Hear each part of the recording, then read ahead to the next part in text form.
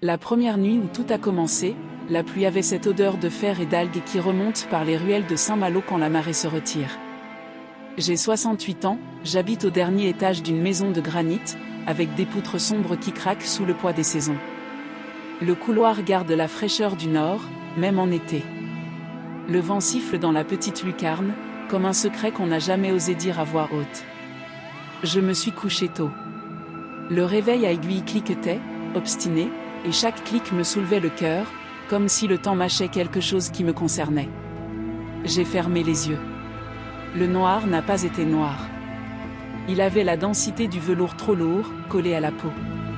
Une odeur d'encre, de cire froide, de bois mouillé a rempli ma bouche. J'entendais, loin, un murmure de marché, des pas sur des pavés, des sabots peut-être, puis plus rien. Mon lit n'était plus mon lit, le drap avait la rugosité d'un lin ancien, et sous mes doigts j'ai senti une couture grossière comme une cicatrice. Lorsque j'ai rouvert les paupières, la chambre ne m'appartenait plus. Plafond bas, poutre noircie, une lampe à huile dormant comme une lune renversée. Dans le miroir ovale, à l'ombre des rideaux, un visage me regardait le mien, mais plus maigre, plus pâle, coiffé d'un chignon serré que je n'avais jamais porté. Je me suis redressée, mais mes genoux ont obéi avec un retard, comme si une mémoire étrangère les commandait. Dehors, un clocher a sonné 6 coups. À Saint-Malo, mon réveil disait 22h14. 2 heures vivaient en même temps et tiraient chacune un PN de mon corps. J'ai touché ma gorge, un collier de geais y reposait, frais comme une goutte de nuit. Je n'en possède pas. Pourtant la pierre m'a reconnu. Elle a glissé sous mes doigts comme si elle avait attendu ce geste pendant 100 ans. Dans cet autre lit, dans cette autre pièce, quelqu'un respirait. On aurait dit que la chambre respirait avec moi, qu'elle inspirait lorsque j'expirais. Dans l'angle, une chaise vide tenait sa position avec la patience d'un guetteur. Les rideaux bougeaient sans vent. Je distinguais des murmures dans l'épaisseur du bois, des voix avalées par les fibres. Alors, j'ai compris, chaque fois que je fermerai les yeux, je me réveillerai dans une vie qui n'est pas la mienne. Et dans la mienne, quelqu'un ou quelque chose tiendrait désormais ma place au chevet. La marée montait. La marée descendait. Et le temps avec. Mais le pire n'était pas d'y être. Le pire était d'y reconnaître des gestes que je n'avais jamais appris. Et de savoir exactement où poser la main pour éteindre la lampe. Bonsoir. Si vous m'écoutez, dites-moi d'où vous êtes, dans quelle ville, dans quelle pièce. Êtes-vous seul, La lumière est-elle éteinte? Écrivez-le dans les commentaires, pour ne pas rester uniquement avec vos pensées. Moi, je parle depuis une petite chambre sous le toit, à Saint-Malo. Je parle bas, parce que la maison garde ce que l'on confie au noir. Restez avec moi. Respirez tranquillement. Fermez un instant les yeux, non, pas encore. Attendez. Je vais vous raconter ce qui arrive quand on les ferme trop longtemps. Je le sais depuis longtemps, lorsqu'on vieillit près de la mer, le silence prend la forme d'une marée qui n'ose plus frapper les rochers. Il se retire, puis revient, mais sans écume, seulement avec une haleine de sel qui fait luire les vitres comme si quelqu'un avait soufflé dessus de l'autre côté. Dans ma maison de granit à Saint-Malo, le silence a commencé par s'asseoir dans les coins les plus sombres, là où la poussière garde la mémoire des hivers. Ce n'était pas le silence des livres fermés ni celui des après-midi trop longs, c'était un silence attentif, un silence qui sait écrire votre nom à l'intérieur de votre poitrine sans en demander la permission. Le matin, je déroule ma routine avec la prudence d'une liturgie. Je soulève la couette lourde comme une couverture de bateau, j'écoute le cri discret des draps qui se détachent de ma peau, je glisse mes pieds dans des chaussons qui ont appris, à force d'habitude, la forme de mes os. La fenêtre du pignon donne sur un fragment d'océan, on n'y voit jamais tout, et cette part d'inconnu suffit à tenir la journée à distance. Le bois des poutres est noirci, veiné, fatigué comme les mains de mon père quand il rentrait de la mer avec la veste humide et l'odeur de gazole. La maison respire, l'hiver par les fissures, l'été par la lucarne. Je fais chauffer l'eau dans la bouilloire émaillée. À la première vibration, l'air se parfume d'une vapeur claire, presque métallique, qui me rappelle la petite cuisine de ma grand-mère à Cancale, quand on écaillait les pommes de terre en silence pour écouter si la pluie tient. J'ouvre ensuite le battant gauche des volets, la charnière émet une plainte longue, comme une phrase reprise au milieu. Le jour, ici, ne se lève pas d'un coup. Il arrive par strates, avec cette brume lactée qui fait du porc un secret à demi avoué. Les mouettes disent leur syllabe unique, un alpha répété, et cela suffit au monde pour recommencer. Je vis seul, ce n'est ni une victoire ni une défaite. C'est une forme.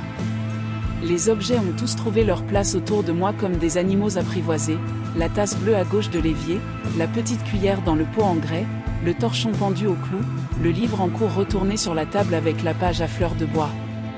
La comptoise, héritée d'une tante qui parlait bas pour ne pas déranger les heures, trône dans l'entrée. Son cadran blanc est cerclé d'un liseré doré un peu piqué, la clé pend derrière une porte vitrée, avec un ruban framboise passé. Le battement, tic, tac, est si régulier que, certains soirs, j'imagine qu'il s'est fabriqué une respiration à lui, indépendante de la mienne, et que la maison entière s'y aligne, comme un équipage sur un même roulis. C'est dans ce réglage parfait qu'un infime décalage s'est glissé. Au début, je l'ai attribué à la fatigue, une seconde qui s'attarde, un souffle qui s'interrompt avant la fin, la flamme d'une bougie qui vacille alors qu'aucun courant ne passe. Mais la répétition, l'obstination de ces détails, m'a forcé à regarder autrement. Le silence n'était plus une paix, il s'était tendu, comme une corde fine accrochée d'un mur à l'autre. Il me traversait le torse lorsque je descendais l'escalier étroit, et je devais marquer une pause à mi-palier pour le laisser passer, comme on laisse un inconnu sortir le premier d'une petite boutique. Je n'ai pas peur facilement. Les années nous apprennent à distinguer ce qui menace de ce qui insiste. Cela, précisément, insistait. Parfois, dans l'après-midi, je m'asseyais dans le fauteuil près de la fenêtre et je laissais le regard glisser sur les toits d'ardoise. La pluie fine y dessinait des veines, un réseau discret qui rappelait celle de mes mains. Je pensais à toutes les femmes de ma famille qui avaient vécu face à cette lumière oblique, si belle quand elle se dépose sur la pierre et si impitoyable quand elle vous montre, dans le miroir, la fatigue que personne ne voit. Je pensais à la phrase de ma mère, « Les maisons gardent ce qu'on leur confie, même si on l'oublie ». Et je me demandais ce que j'avais confié, sans le savoir. Dans la cuisine, j'ai déplacé la tasse bleue d'1 centimètre, un test stupide, je le sais. Le lendemain, elle avait repris sa place habituelle, sans que je l'y ait remise. J'ai souri, d'abord. Une blague que l'on se fait à soi-même. Pourtant, lorsque j'ai passé la main sur la table, la nappe avait un pli transversal, une entaille douce, qui n'appartenait pas à mon geste. C'était infime, mais, pour qui vit seul, l'infime est une langue. Je l'ai comprise comme on reconnaît, dans un chuchotement, le prénom qu'on n'a pas entendu depuis l'enfance. La nuit, la chambre a pris une densité différente.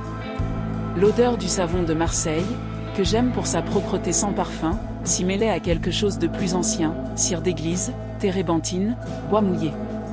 Ce mélange s'est posé sur ma bouche comme une hostie. Je me suis couché tôt, par prudence. J'ai calé l'oreiller contre le mur pour sentir la tiédeur de la pierre, c'est un truc que j'ai depuis toujours, pour que la solitude ressemble moins à un espace et davantage à une matière, à quelque chose qui s'appuie. Le cliquetis de la comptoise, dans l'entrée, a commencé de me paraître plus loin que d'habitude, comme si la maison s'allongeait entre nous deux. Tic. Un couloir, tac. Et un autre couloir. Le temps avait poussé une pièce, une aile que je ne connaissais pas. J'ai fermé les yeux. Je n'emploie pas le mot « noir » par facilité. Ce n'était pas l'obscurité du sommeil ni celle, éteinte, d'un théâtre avant l'ouverture du rideau. C'était une étoffe, une lourde étoffe de velours que quelqu'un m'aurait posée sur le visage dans un geste presque tendre. Sous cette étoffe, j'ai distingué d'abord le son d'un marché lointain, pas le nôtre, pas celui des halles de Rocabaye, un marché plus ancien, avec des sabots, des voix qui portent différemment, une monnaie qui sonne d'une autre manière. L'odeur de celle-ci mêlait à celle de l'encre fraîche, des bougies qui pleurent, du lin rugueux qui sèche trop près d'un poêle. Ma main, posée sur le drap, a rencontré une couture plus grosse que celle de mes têtes d'aujourd'hui, une sorte de cicatrice textile. Et, dans la seconde, il m'a semblé que mes genoux obéissaient à une autre mémoire musculaire, qu'ils trouvaient d'eux-mêmes la manière de se plier pour s'asseoir sur un lit plus bas, plus dur, plus rétif. J'ai rouvert les paupières. La chambre ne m'appartenait pas. Ou plutôt, elle m'appartenait d'une autre façon, comme un souvenir volé à quelqu'un d'autre que je reconnaîtrais quand même parce qu'il aurait mon visage. Les poutres au plafond étaient plus noires, le papier peint plus terne, la lampe à huile sur la table de nuit tenait la flamme comme on tient une promesse qu'on n'est pas sûr de pouvoir tenir. Dans un miroir ovale, la silhouette qui me regardait avait mes yeux, mais pas ma bouche, la coiffure sévère, ramenée en chignon, ne m'allait pas, et pourtant elle était la mienne là. La maison respirait avec moi, j'expirais, elle inspirait, et, entre nos deux souffles, je sentais passer la fine corde de tout à l'heure. Je ne me suis pas levée. Je n'en ai pas eu besoin pour comprendre que, au bout du couloir étroit que je voyais par la porte entrebâillée, 3 marches descendaient vers une petite pièce où l'on enfermait autrefois le linge et les secrets. Je savais aussi qu'au rez-de-chaussée, dans la cuisine, un buffet portait un tiroir qui n'existait pas dans ma maison, à gauche, un tiroir qui s'ouvrait avec un soupir amoureux, et qu'à l'intérieur se trouvait un couteau à lame courte, manche d'os, taché non de sang. Je refuse le sang mais de rouille, de fruits, de temps. Je ne savais pas d'où je savais. La honte de le savoir m'a piqué au-dessus du sternum. Dans le noir, très bas, quelque chose, pas un être, pas une personne à approuver. Ce n'était pas un mot, c'était un consentement. Au dehors, j'ai entendu un clocher sonner 6 coups. Ici, dans ma vraie maison, la comptoise devait marquer 22h14. 2 heures surimprimées. 2 vies superposées comme 2 calques mal ajustés. J'ai porté la main à ma gorge, un collier de jais y reposait, frais comme une goutte de nuit. Je n'en possède pas. La pierre a glissé sous mes doigts comme si elle m'attendait depuis 100 ans. Je me suis dit, très simplement, si je ferme les yeux, je me réveillerai ailleurs. Et si je les rouvre, quelqu'un tiendra ma place ici. L'idée ne m'a pas effrayée autant que je l'aurais cru. Elle m'a mise au travail. Dans ma poitrine, la corde a cessé de tendre, elle s'est mise à vibrer, à faire une note grave, presque belle, la note sur laquelle on peut bâtir une chanson triste sans perdre l'oreille. Je ne dirai pas que j'ai compris. Je dirai, j'ai reconnu. La maison ne me montrait rien d'extraordinaire, elle me rendait, en accéléré, ce que l'on oublie de soi par économie. Les gestes, les habitudes, la manière de poser la main sur la table avant de se lever, le demi-tour qu'on fait avec les hanches pour ne pas heurter la chaise, la façon de souffler sur une flamme pour l'éteindre sans l'humilier, tout cela appartenait à une femme qui n'était pas moi et qui, pourtant, avait mes os, mes tendons, mon âge intérieur. Le silence, à cet instant, n'était plus une corde, c'était un couloir ouvert. Alors j'ai trouvé, sans chercher, le geste pour éteindre la lampe, 2 doigts qui pincent la mèche juste assez longtemps, une main qui protège, un souffle mesuré. La chambre a sombré avec élégance. La nuit m'a couverte d'un manteau qui n'était pas le mien et qui m'allait mieux que mon peignoir. Mon cœur a battu une fois pour le présent, une fois pour l'autre temps. Je me suis endormie dans ce double battement. Au matin, dans ma vraie maison, j'ai su que rien ne serait plus à la même échelle. Le couloir paraissait plus long, l'escalier plus ancien, l'odeur du café plus fine, comme si chaque chose avait reçu, durant la nuit, une histoire supplémentaire. J'ai ouvert le cahier posé sur la table et j'ai noté ce que je pouvais, sans trier, avec cette écriture serrée qui m'étonne toujours parce qu'elle n'est à l'image de rien dans ma vie sinon de ma patience. Le silence a respiré. J'ai porté un collier que je ne possède pas. La maison connaît mes mains mieux que moi. Je me suis relue. J'ai ajouté, je fermerai les yeux ce soir, mais je le ferai en sachant que quelqu'un m'attend de l'autre côté. Je n'ai pas pleuré. J'ai posé la main sur la rampe de l'escalier. La tiédeur d'une paume étrangère m'y a répondu, la tiédeur brève de celle qui lâche au dernier moment, par pudeur. Et j'ai dit, tout haut, dans la maison vide, j'ai compris. Le parquet a répondu par un craquement presque satisfait, un petit rire de bois. Et lorsque j'ai refermé les yeux, ce soir-là, ce n'était plus pour dormir, c'était pour entrer. Le lendemain, j'ai cru que tout redeviendrait simple. La lumière du matin, en glissant sur les murs de granit, avait cette clarté d'aube qui rend la réalité docile. Je me suis dit, ce n'était qu'un rêve. Pourtant, quelque chose dans l'air refusait d'obéir à cette explication. Une résistance subtile, presque imperceptible, s'était installée dans chaque chose. Comme si la matière elle-même doutait de son rôle. Je me suis levée lentement, pour ne pas rompre cet équilibre fragile. La comptoise, dans l'entrée, battait toujours, mais avec une hésitation à la fin de chaque seconde, un léger retard qu'on sent plus qu'on ne l'entend. J'ai posé la main sur le bois du cadran, et j'ai senti une pulsation tiède, comme un battement vivant, un souffle contenu. Je me suis surprise à chuchoter, « Je sais que tu m'entends ». Dans la cuisine, la tasse bleue, celle que je range toujours à gauche de l'évier, avait changé de place.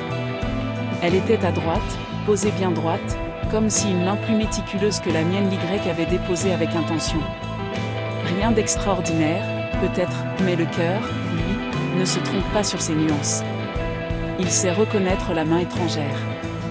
Je l'ai remise à gauche, puis je suis sortie respirer sur le pas de la porte.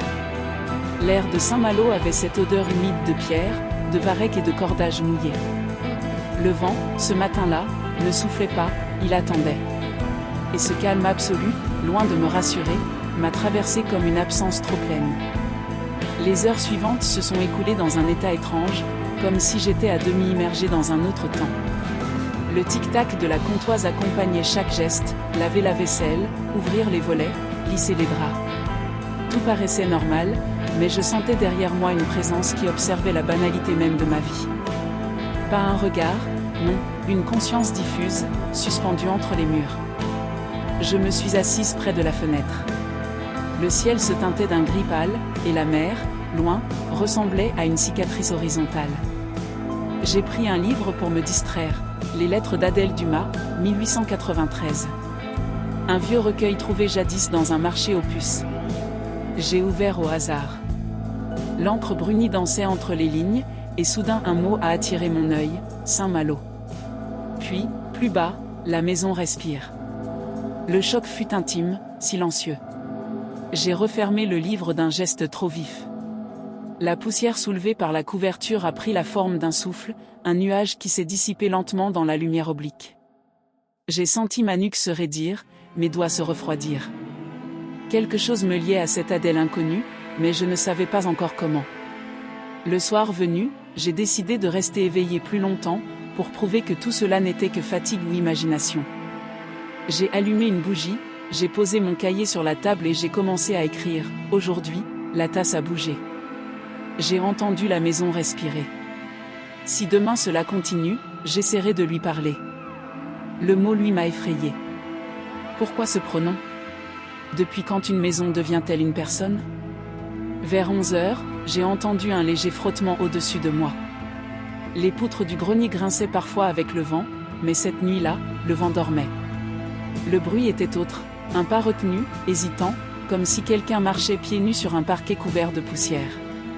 Un pas, puis un autre, puis le silence. Mon cœur battait dans mes oreilles. J'ai appelé, il y a quelqu'un ? Ma voix s'est perdue dans le plafond, absorbée comme de l'eau dans le bois. Je suis montée à l'étage avec une lampe à main. L'escalier craquait doucement, chaque marche émettant une plainte familière, mais un peu trop longue. En haut, l'air sentait la cire froide et la laine ancienne. Rien n'avait bougé, pourtant tout semblait déplacé, la chaise n'était plus tout à fait contre le mur, le rideau s'était tordu sur sa tringle, et une fenêtre était entr'ouverte alors que je l'avais fermée. J'ai approché la lampe, la flamme a vacillé, éclairant fugacement un miroir ovale suspendu entre deux poutres. Mon reflet m'a fixé, mais avec une infime différence, la tête légèrement penchée, les lèvres entr'ouvertes, comme si l'autre moi s'apprêtait à parler avant moi. J'ai reculé. Le bois derrière moi a gémi. Et, dans le miroir, j'ai vu la flamme de la lampe trembler dans une direction contraire à la mienne. Je suis redescendu presque en apnée. Arrivé au rez-de-chaussée, j'ai trouvé sur la table la tasse bleue. Vide, mais encore humide, comme si quelqu'un venait d'y boire. J'ai touché le bord, tiède. Mon cœur s'est figé. Je vis seule depuis 15 ans. J'ai pris la tasse et je l'ai rincée, mécaniquement, jusqu'à ce que l'eau soit glaciale. Puis je l'ai posée à sa place, à gauche. Cette fois, je l'ai tournée vers le mur, comme pour lui refuser le regard. Je me suis couchée sans lire, sans prier. Les draps avaient gardé cette odeur étrangère, ce mélange d'encre, de cire et de bois mouillé. J'ai fermé les yeux, un réflexe, un besoin de noir. Aussitôt, un souffle léger a passé sur ma joue. Pas celui du vent, celui d'une bouche proche. J'ai rouvert les yeux, la pièce était vide, la bougie éteinte. Mais dans l'obscurité, la comptoise battait avec une régularité nouvelle, plus lente, plus lourde, comme si elle s'accordait sur un autre cœur. Je n'ai pas dormi. J'ai attendu l'aube, assise sur le lit, les doigts serrés autour du drap. À mesure que le jour montait, la peur se dissolvait en quelque chose de plus étrange, une tendresse inquiète. Ce n'était pas un monstre qui m'observait. C'était une présence ou peut-être une mémoire qui cherchait à me dire « Regarde bien, tu m'as déjà connu ». Lorsque le soleil a percé la brume, j'ai aperçu sur le bois du chevet un fin dépôt de poussière. On y lisait, tracé du bout d'un doigt, 3 lettres à demi effacées, ADO. J'ai passé la main, la poussière s'est envolée, mais les lettres semblaient s'enfoncer plus profondément dans le bois, comme gravées depuis toujours. Je suis resté là longtemps, sans bouger, écoutant le murmure du vent revenu par la lucarne. Il avait changé de ton, il chantait presque.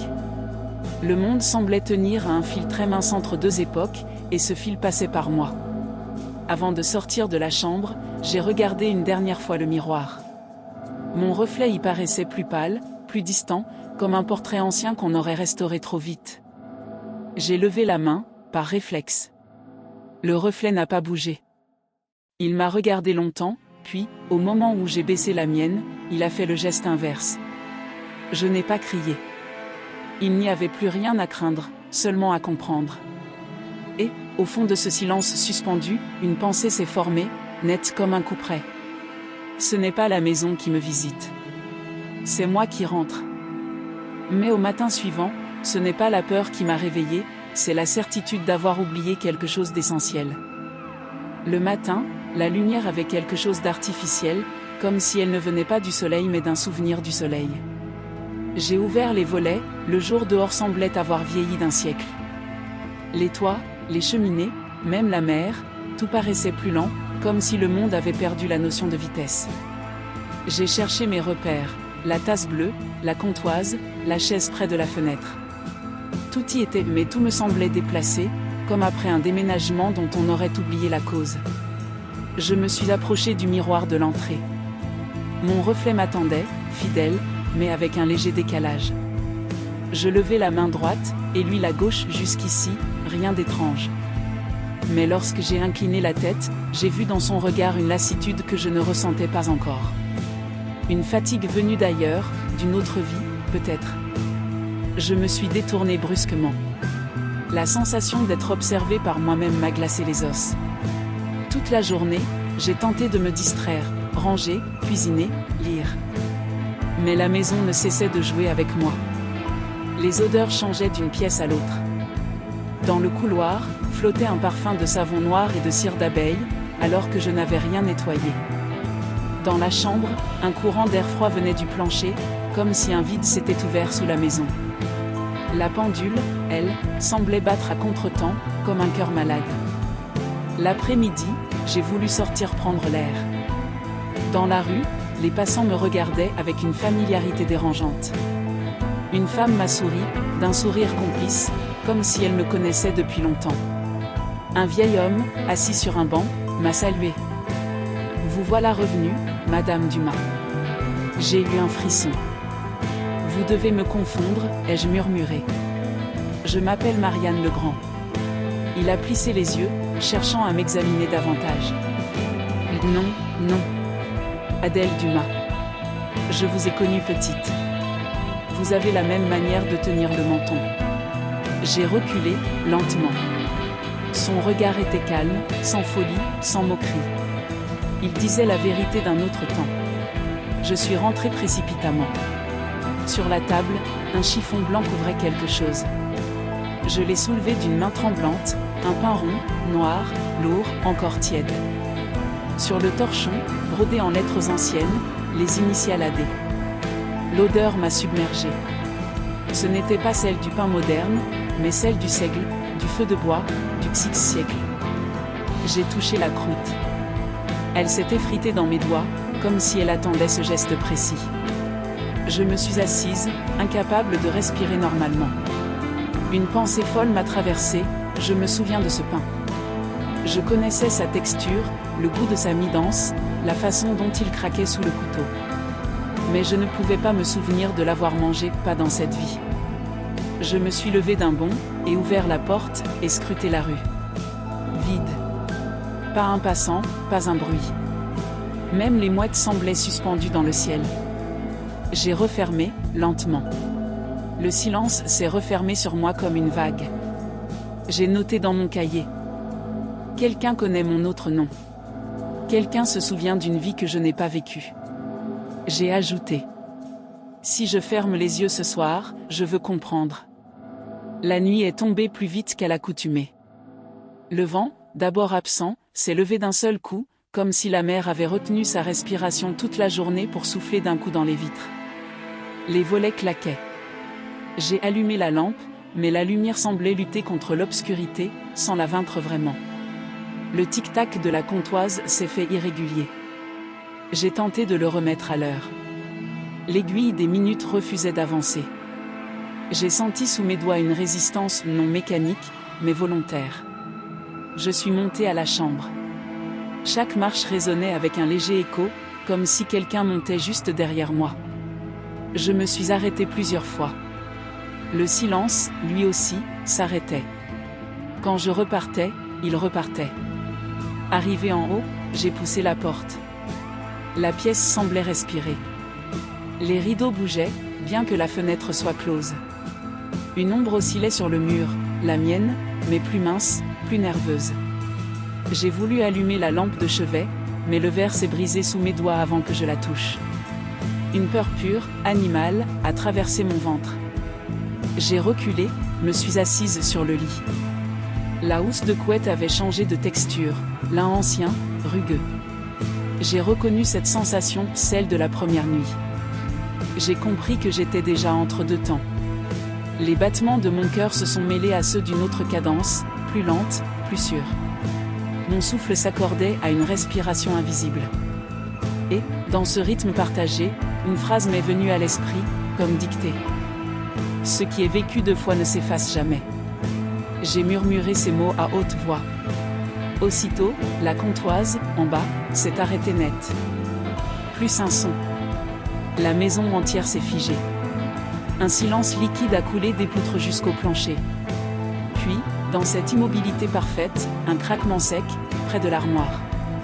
J'ai tourné la tête, la porte s'était entr'ouverte d'elle-même, laissant voir une fente d'obscurité. À l'intérieur, j'ai aperçu une robe suspendue, longue, noire, d'un autre siècle. La même que celle que je portais dans l'autre chambre, celle du rêve. J'ai voulu crier, mais ma voix s'est brisée dans ma gorge. J'ai avancé. Le tissu bougeait très légèrement, comme s'il respirait. En la touchant, une chaleur s'est propagée jusque dans ma main. Et j'ai entendu, tout près de mon oreille, une voix douce, presque un murmure d'enfant. « Tu es revenu. » Je me suis retournée. Personne. Je suis restée là, à genoux, le front contre le bois. Je pleurais sans bruit. Non pas de peur, mais de reconnaissance. Quelque chose en moi savait que cette voix n'était pas étrangère. Je me suis levée avec lenteur. Dans le miroir, la silhouette en robe noire me regardait. Ce n'était plus un reflet, c'était une coexistence. Deux femmes, deux temps, un même regard. L'une d'elles a souri. J'ai posé la main sur la glace. Elle aussi. Mais son toucher était plus froid. Un frisson m'a parcouru le bras jusqu'à l'épaule. Puis la lampe à huile s'est allumée toute seule. Une flamme fine, stable, s'est élevée. Dans cette lumière tremblante, j'ai vu sur la commode une boîte de fer bleu, exactement celle que j'avais vue dans mon rêve. J'ai compris qu'elle m'attendait. Je me suis approchée. La clé pendait à un ruban noir. Quand je l'ai insérée, le métal a émis un gémissement presque humain.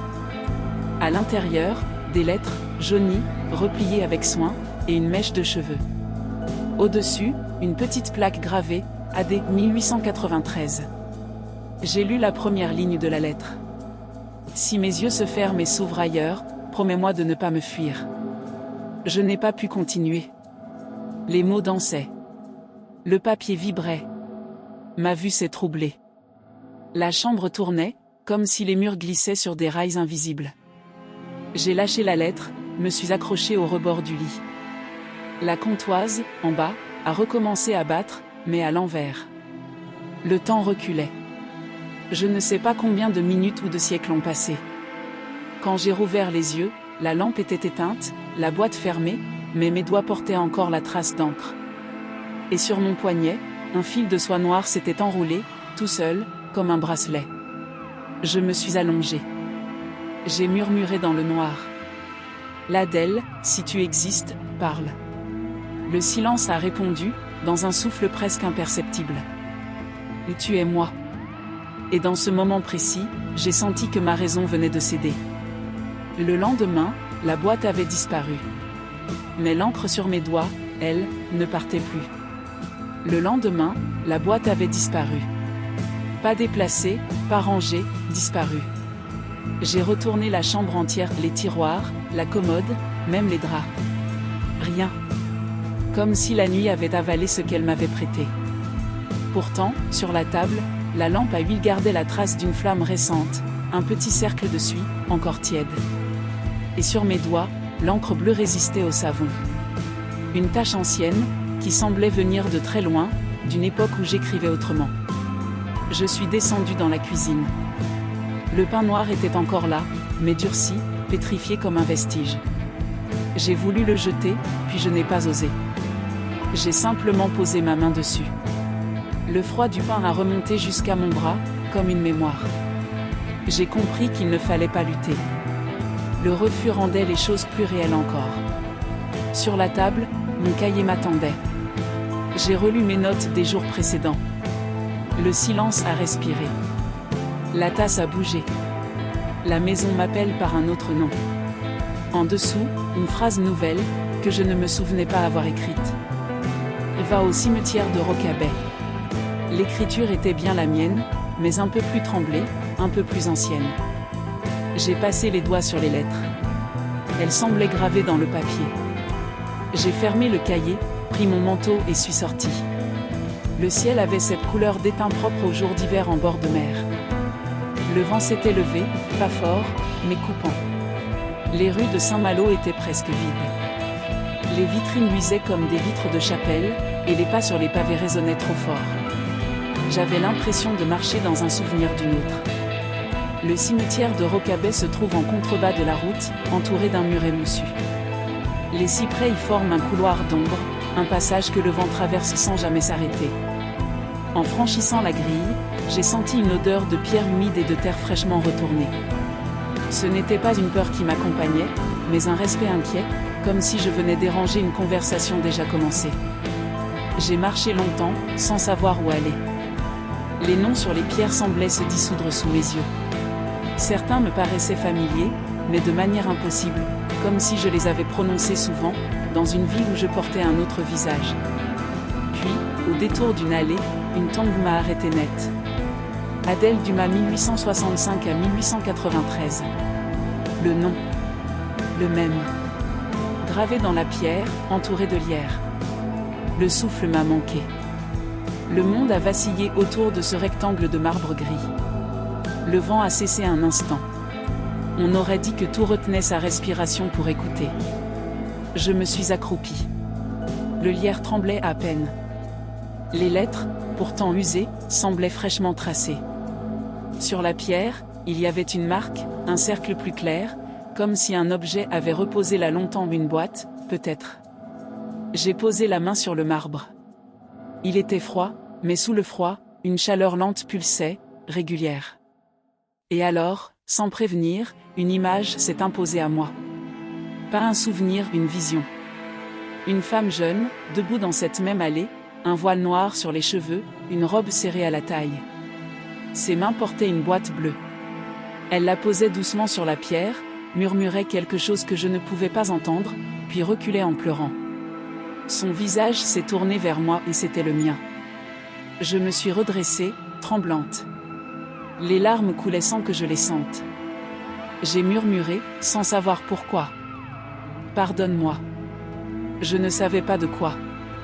Mais le vent, lui, a semblé comprendre. Il s'est mis à tourner autour de moi, soulevant mon écharpe, m'enveloppant comme une étreinte ancienne. Quand je suis rentrée chez moi, la mer commençait à monter.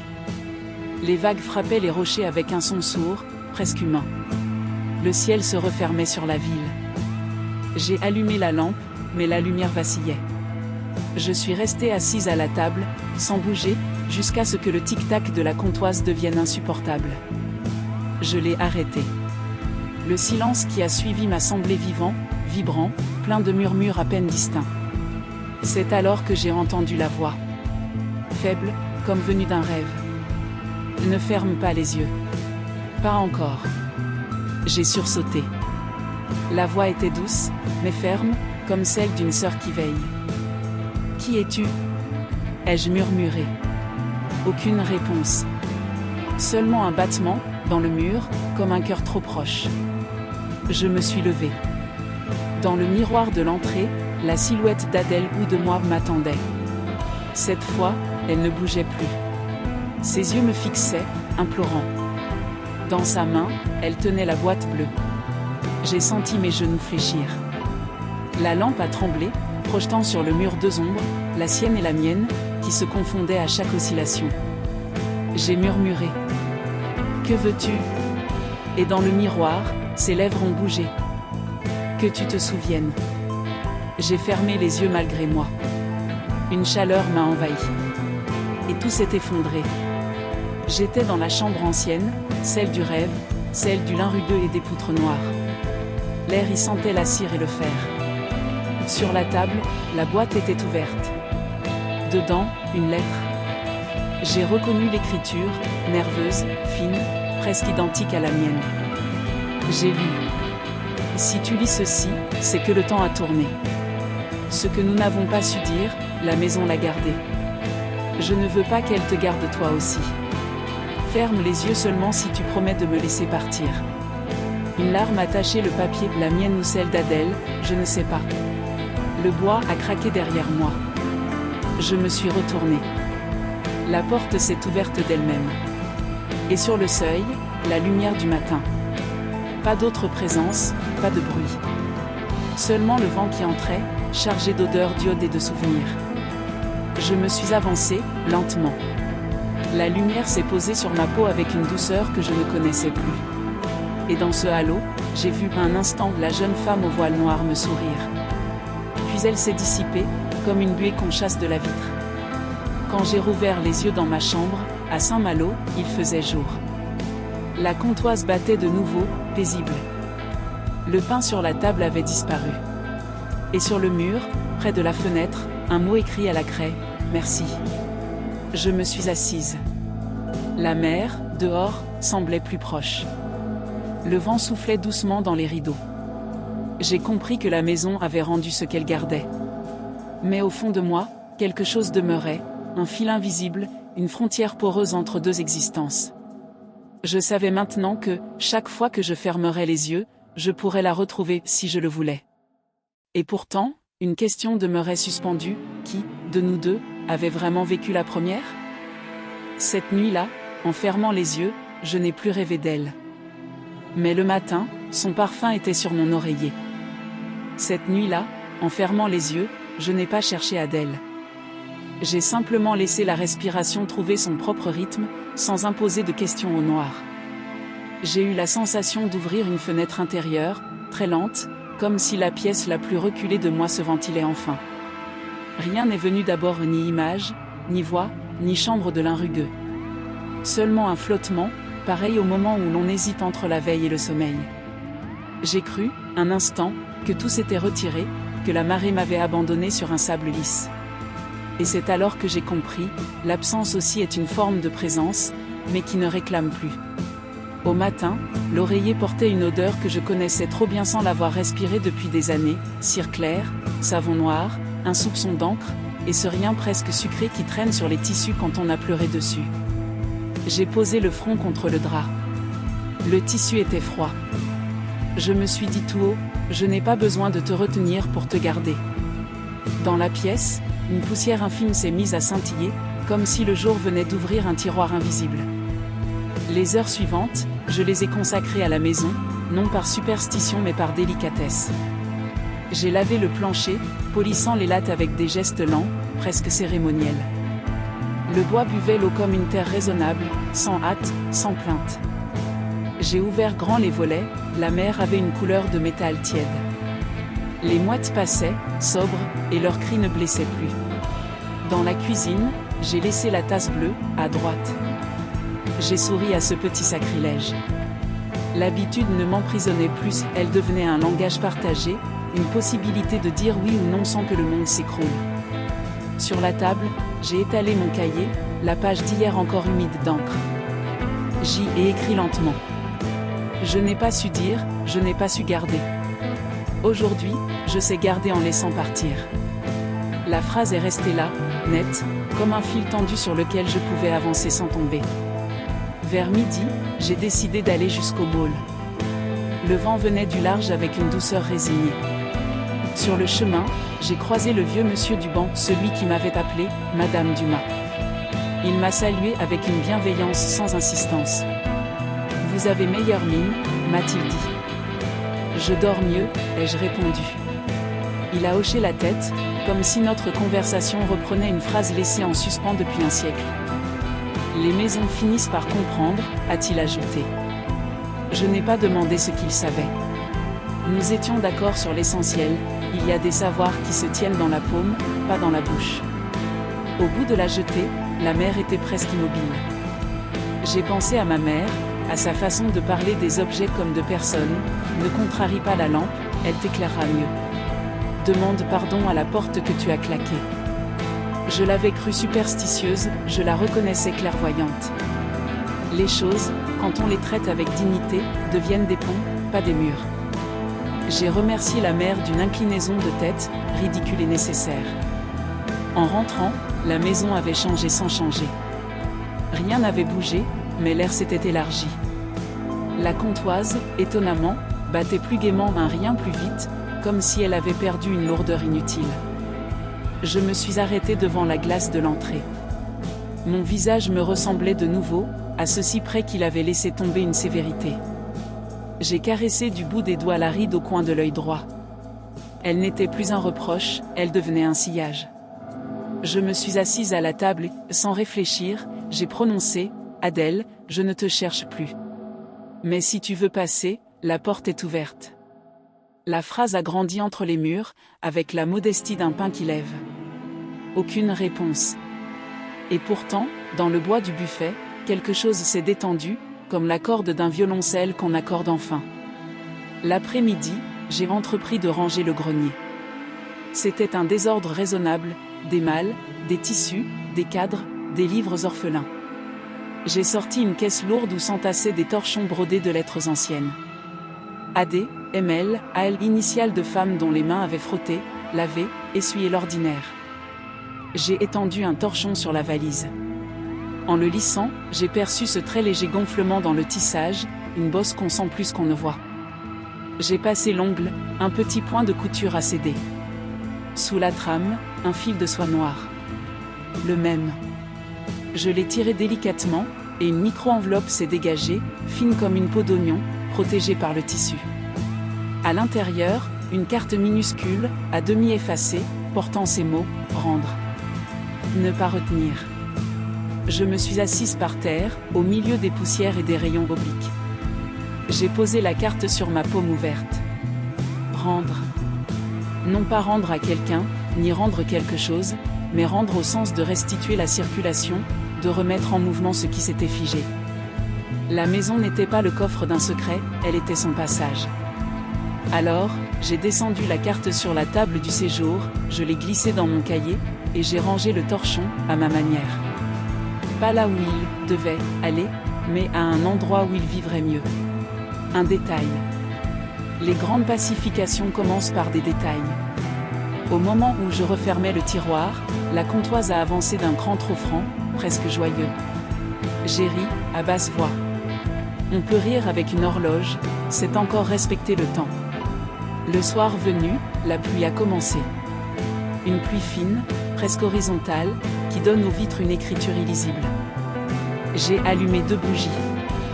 La chambre s'est remplie d'une lueur tendre, patientée.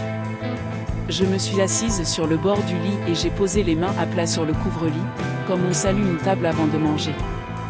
J'ai dit, je n'ai rien à demander. La phrase m'a fait du bien, exactement comme un pansement ôté sans douleur.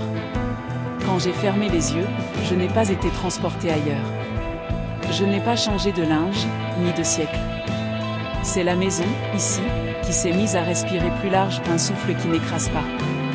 Dans ce souffle, j'ai senti une présence, oui, mais débarrassée de son besoin d'être nommée.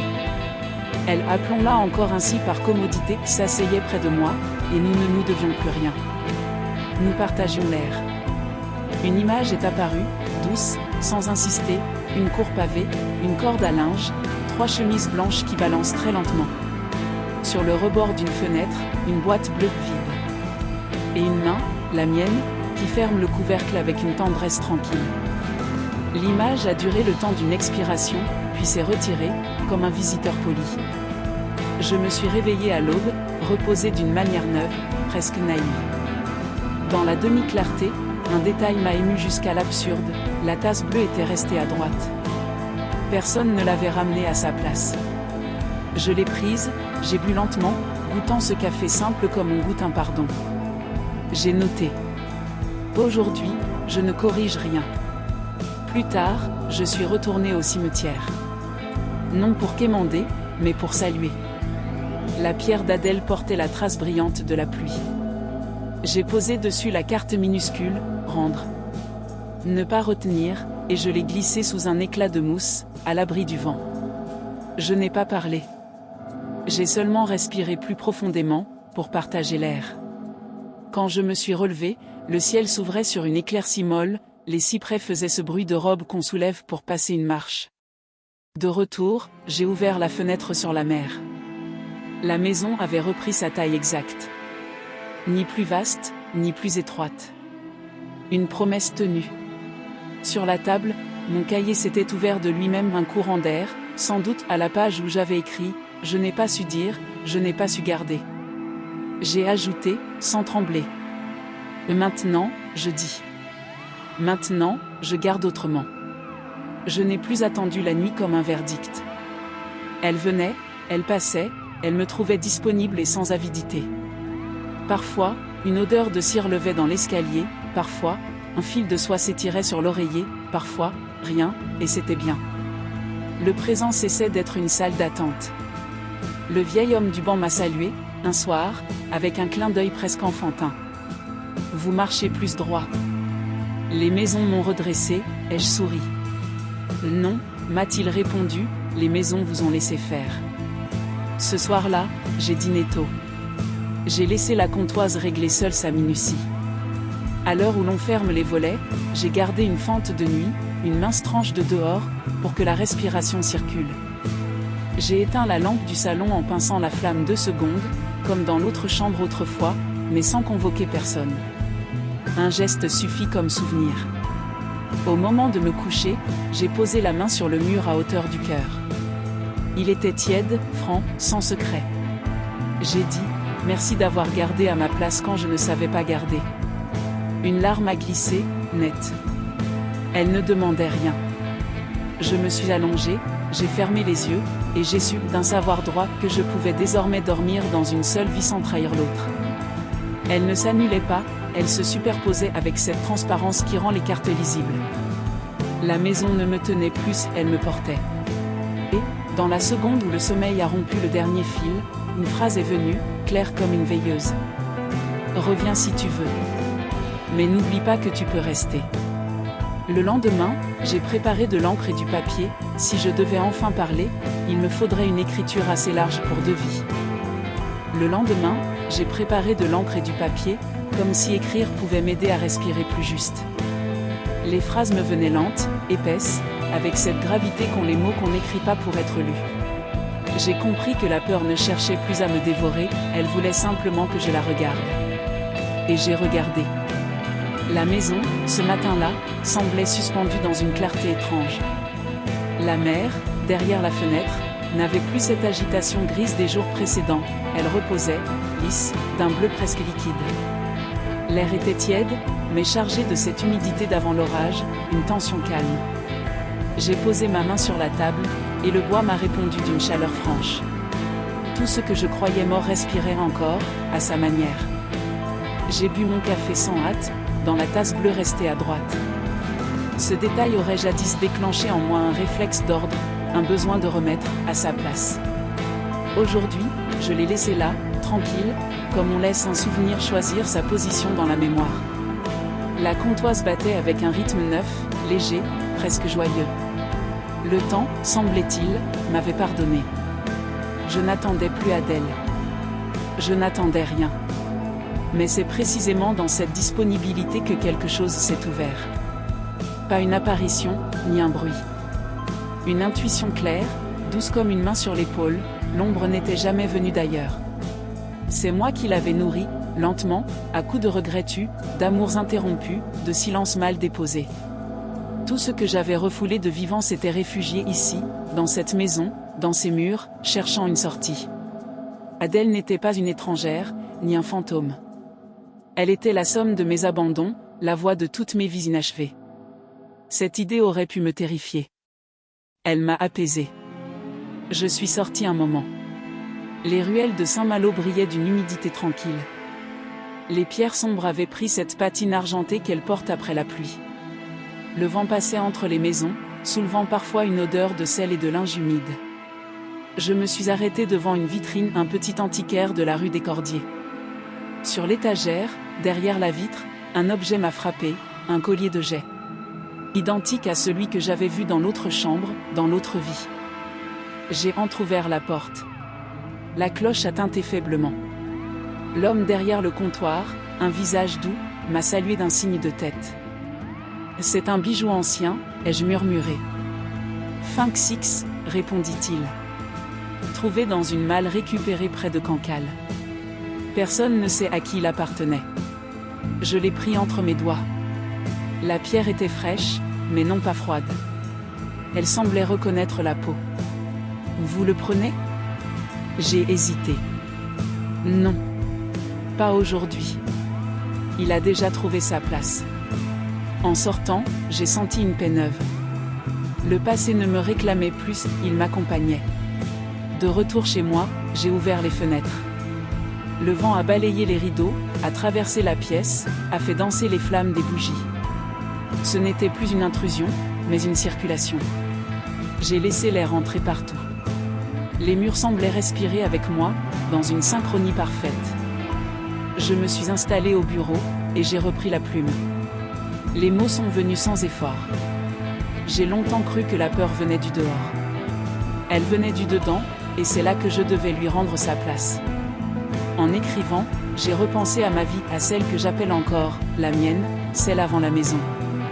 Les années d'enseignement, les élèves que j'ai quittés, les visages que je n'ai pas su retenir, les lettres jamais envoyées, les amitiés usées par la pudeur. Tout cela formait un tissu, un patchwork d'occasions inachevées. Et maintenant, en respirant, je sentais que tout reprenait forme, non pas pour être réparé, mais pour être enfin vu. Dans l'après-midi, j'ai marché jusqu'au port. Le vent avait forci, le ciel se chargeait de pluie. Les bateaux dansaient lentement, comme des animaux endormis. Les cordages grinçaient avec cette voix de vieillesse familière. J'ai longé le quai, puis je me suis arrêté près du phare. L'eau, en contrebas, bouillonnait doucement. Et soudain, j'ai compris ce que signifiait « rendre ». Ce n'était pas abandonner, c'était laisser retourner ce qui doit. La peur, le chagrin, la mémoire, tout cela n'avait pas vocation à être possédé. On garde mieux ce qu'on laisse circuler. J'ai murmuré, « Tu peux partir, Adèle. » Je reste. Le vent s'est apaisé. Les vagues ont ralenti. Et au loin, le clocher de la cathédrale a sonné une heure pleine. Quand je suis rentrée, la lumière du soir tombait sur le parquet. Elle découpait les lattes en fines lignes d'or. J'ai retiré mes chaussures, marché pieds nus. Sous mes pas, j'ai senti une chaleur légère, presque humaine. J'ai eu l'impression que la maison me reconnaissait à nouveau comme sa vivante, et non plus comme son témoin. J'ai préparé un dîner simple, soupe claire, pain, vin. J'ai mangé lentement, en silence, face à la mer. Aucun bruit anormal, aucune ombre. Le réel, dans sa banalité, retrouvait sa noblesse. J'ai pensé que c'était cela, le miracle, réapprendre à aimer la simplicité du monde après l'avoir cru hanté. Plus tard, j'ai pris mon cahier. La dernière phrase écrite me regardait, je garde autrement. J'ai ajouté. J'accepte que tout soit vrai, le rêve, La maison, Adèle, la peur. Rien n'était mensonge. Tout était message. La nuit est venue sans frapper. J'ai laissé la bougie allumée. L'ombre s'est étirée doucement sur les murs. J'ai fermé les yeux, non pour m'évader, mais pour m'ancrer. Et là, dans ce noir qui n'était plus un gouffre, j'ai senti une main sur mon épaule. Légère, reconnaissante. Pas une apparition, une mémoire devenue geste. Une voix, au bord du sommeil, a murmuré. « Tu as compris. » Et j'ai répondu, dans un souffle paisible. « Oui. » Alors, tout s'est tu. Mais ce silence n'était plus le même. Il ne contenait plus la peur, mais la continuité. Le monde, cette nuit-là, s'est accordé parfaitement à mon souffle. Je me suis endormi sans rêve, ce qui est une autre forme de foi. Le jour suivant, un bruit nouveau a traversé la maison, non pas celui d'un passé qui revient, mais d'un présent qui s'invite. Un craquement doux, presque joyeux, comme un plancher qui s'étire après un long sommeil. Je me suis levé avant l'aube. Les premières lueurs s'infiltraient dans les interstices des volets, dessinant sur le mur des lignes fines, comme un alphabet de lumière.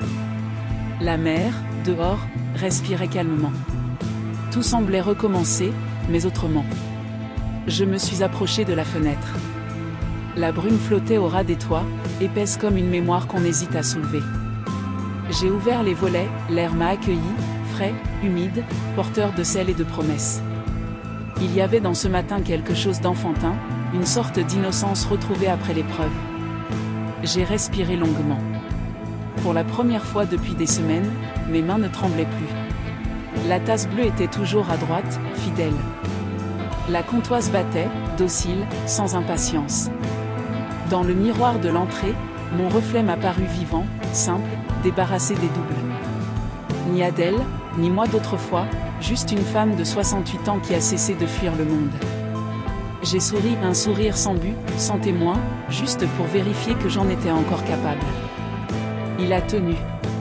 Je me suis mise à ranger les choses avec une lenteur heureuse. Chaque objet retrouvait sa fonction sans nostalgie. J'ai frotté la vaisselle, j'ai lavé le sol, j'ai repassé un drap, tout cela avec cette sensation étrange d'appartenir à mes gestes. Je n'agissais plus pour tenir à distance le vide, mais pour honorer ce qui reste. Le bruit de l'eau, le froissement du tissu, le souffle du vent dans la cheminée, tout cela formait une musique, la seule que j'ai jamais vraiment comprise. Vers 10 heures, on a frappé à la porte. 3 coups, espacés, polis.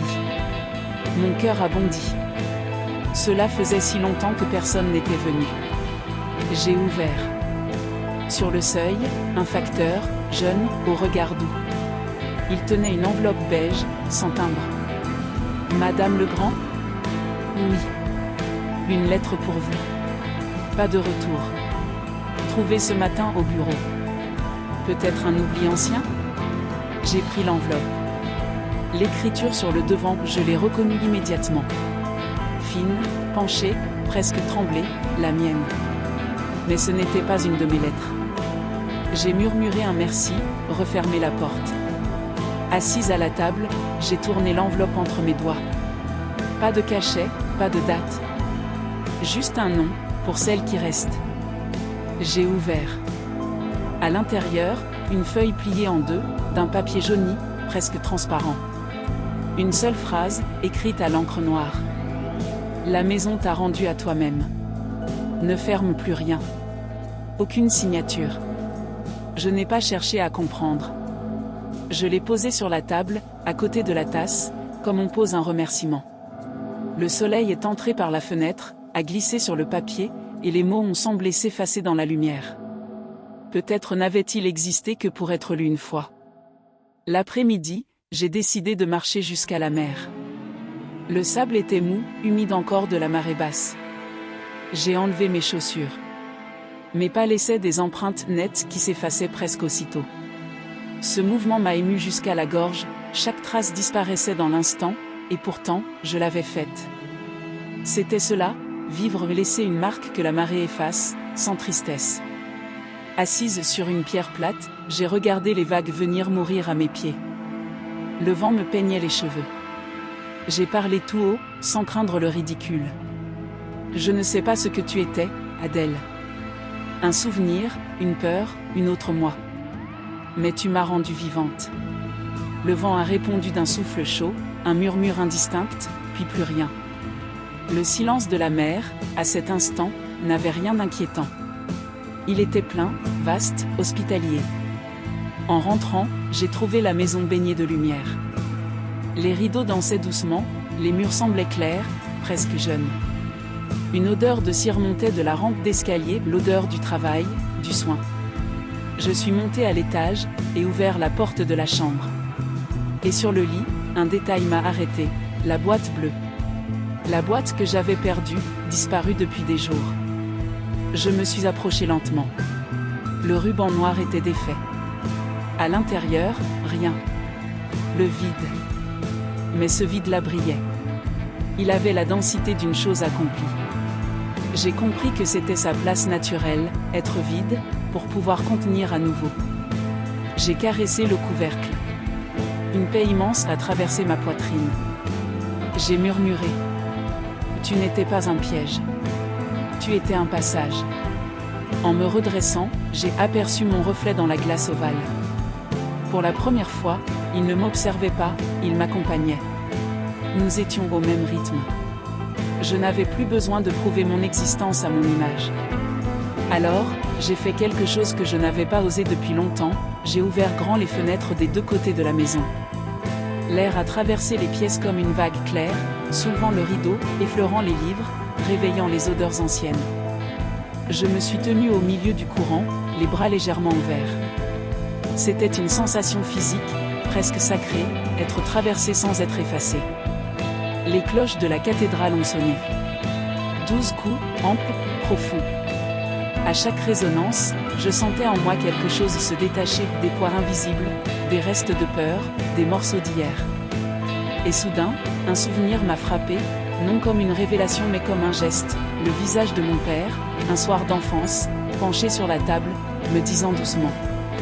Le courage, ce n'est pas de ne pas avoir peur, Marianne. C'est de rester là quand la peur te traverse. Je ne l'avais jamais compris aussi bien qu'en cet instant. Je suis restée debout, longtemps, à écouter la maison respirer avec la mer. Chaque son, chaque frémissement, chaque battement de l'horloge composait une symphonie discrète, celle de la continuité. La nuit est venue tard, douce, sans menace. J'ai allumé la lampe, non par nécessité mais par gratitude. J'ai relu mes notes. Tout ce que j'avais écrit depuis la première nuit formait un récit non de terreur, mais de transformation. La peur, à force d'écoute, s'était changée en tendresse. Avant de me coucher, j'ai pris la boîte bleue et je l'ai glissée sous le lit, à sa place. J'ai murmuré. Tu peux rester là, tranquille. Plus besoin de te cacher. Puis j'ai fermé les yeux. Et, pour la première fois, le noir n'a rien contenu d'autre que du noir, pas de voix, pas d'autre vie, pas de respiration étrangère. Seulement la mienne, paisible. Je me suis endormie dans cette clarté intérieure, ce silence juste, où chaque chose a retrouvé son nom. Pourtant, au matin, quelque chose m'a réveillée, non pas un bruit, mais une impression, la maison semblait me remercier. Et dans ce remerciement, j'ai compris que tout continuait. Ce matin-là, je me suis réveillée avant le jour. Le silence avait changé de texture, il n'était plus lourd, ni creux, ni suspendu. Il vibrait, comme si les murs contenaient une note tenue, à peine perceptible, mais bien réelle. J'ai ouvert les yeux sur la lumière encore grise, diffuse, celle qui hésite entre la nuit et le matin. L'air sentait la cire, le bois et la mer, les trois parfums qui m'accompagnent depuis que j'existe ici. Je suis restée un moment immobile, à écouter. La comptoise battait toujours, fidèle. Le vent, dehors, faisait chanter les tuiles. Et pourtant, il y avait autre chose, plus discret, un murmure, pas tout à fait sonore, presque intérieur. Un froissement de voix minuscule, comme si la maison chuchotait entre deux pierres. Elle ne disait pas des mots, elle racontait un rythme, celui de la vie qui continue même quand personne ne regarde. Je me suis levée, pieds nus sur le parquet. Chaque latte répondait à mon pas par un son différent, comme un code ancien que je comprenais maintenant. Dans la cuisine, la lumière filtrait par les volets. J'ai préparé le café, lentement, en écoutant le bruit de l'eau qui chauffe, un battement simple, rassurant. Le café a libéré son parfum noir, dense, et j'ai senti, au milieu de cette banalité retrouvée, quelque chose de sacré. La paix, enfin, n'était pas ailleurs, mais dans l'habitude redevenue vivante. Sur la table, la tasse bleue attendait. À droite, toujours. Je n'ai pas voulu la déplacer. Le geste aurait brisé l'équilibre fragile de ce matin. J'ai bu à petites gorgées, regardant la lumière s'élargir sur les murs. Chaque seconde s'installait doucement, comme un animal apprivoisé. Puis j'ai entendu un souffle. Léger. Presque un soupir. Je me suis retournée. Personne, bien sûr. Mais le rideau bougeait sans vent. Une transparence dansait à la surface du miroir, non pas un reflet, mais une présence lumineuse, fugace, douce. Ce n'était pas Adèle. Ce n'était pas moi. C'était quelque chose entre les deux, la trace d'un lien, d'un dialogue devenu inutile parce qu'il s'était accompli. Je me suis approchée du miroir. Mon visage s'y tenait tranquille, mais le regard, lui, portait autre chose, la mémoire d'un monde invisible. On y lisait le souvenir de la peur, mais aussi la gratitude d'en être revenu. Le miroir n'était plus une frontière, il devenait passage. Je me suis surprise à dire tout bas. Merci d'avoir attendu. Un craquement a répondu, dans la poutre au-dessus. J'ai souri. C'était suffisant. La journée a filé avec une lenteur de dimanche éternel. Le temps semblait s'être assoupli, comme si la maison décidait désormais de le distribuer à sa guise. Je suis restée à écrire, non plus pour comprendre, mais pour transmettre. J'écrivais à une inconnue, peut-être à celle que j'ai été, ou à celle qui viendra habiter ici après moi. Et si un jour tu entends les murs respirer, n'aie pas peur. Ils ne réclament rien. Ils se souviennent seulement. Ne ferme pas la porte du silence, car il te rendra visite avec douceur.